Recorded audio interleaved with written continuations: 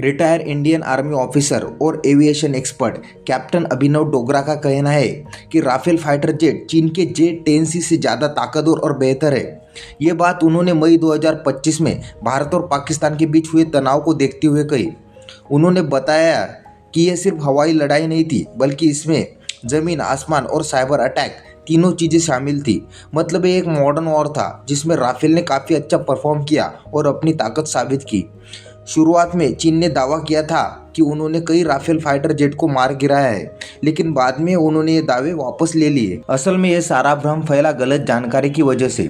Electronic jamming और चीन की मिसाइल सिस्टम जैसे PL-15 और HP-9 के अनपेक्षित प्रदर्शन की वजह से यह हथियार अपनी बताई गई सीमा से भी ज़्यादा दूरी तक काम करते दिखे।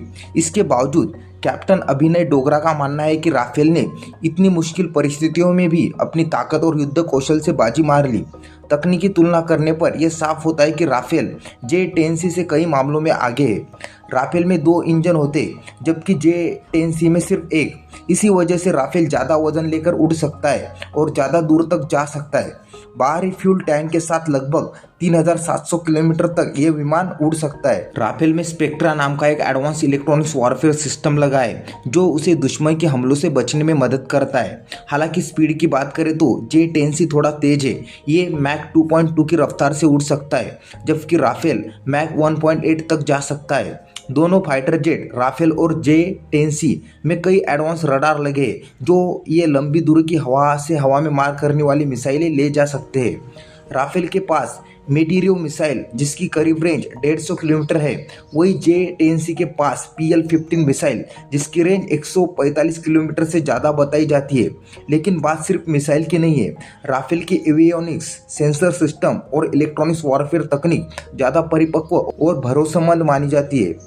इसी वजह से राफेल को टफ या विवादित हालात में लड़ने का फायदा मिलता है। कैप्टन अभिनव डोगरा ने एक और अहम बात कही। पेरिस शो में चीन का प्लान था कि वो अपने J-10C फाइटर जेट को दुनिया के सामने लाएंगे, लेकिन ऐन मौके पर उन्होंने प्लान रद्द कर दिया। डोगरा के मुताबिक ऐसा शायद इसलिए हुआ क्योंकि चीन का राफेल को बदनाम करने का प्रोपेगेंडा काम नहीं आया और वह इंटरनेशनल सवालों से बचना चाहता था।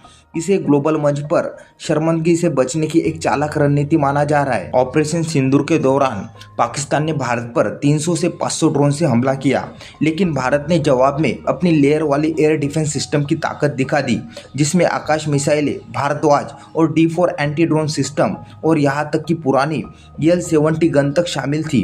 कैप्टन डोगरा बताते हैं कि भारत ने अलग अलग हथियारों का इस्तेमाल समझदारी से किया।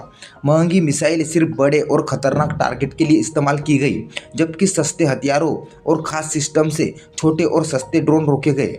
इससे भारत ने पैसे की बचत भी की और हमला भी सटीक, यानी यह पूरी तरह से स्मार्ट और असरदार प्लान था। डोगरा ने यह भी बताया कि अब भारत AI यानी आर्टिफिशियल इंटेलिजेंस को भी अपनी डिफेंस टेक्नोलॉजी में जोड़ रहा है। AI की मदद से भारत रियल टाइम में दुश्मन के खतरे पहचान सकता है, ट्रैक कर सकता है और सही वक्त आने पर जवाब दे सकता है, चाहे वो ड्रोन हमला हो, साइबर अटैक हो या इलेक्ट्रॉनिक्स वार। मई 2025 की घटनाओं से यह भी साबित हुआ कि राफेल फाइटर जेट ज़्यादा ताकतवर, बेहतर इलेक्ट्रॉनिक्स वारफेयर क्षमता वाले और जटिल युद्ध परिस्थितियों में ज़्यादा भरोसेमंद है। तो आज के वीडियो में बस इतना ही। वीडियो अच्छा लगा तो प्लीज़ लाइक, शेयर और चैनल को सब्सक्राइब करना ना भूलें। मिलते हैं इसी तरह के अगले एक और नए इन्फॉर्मेटिव वीडियो के साथ। Thank you for watching.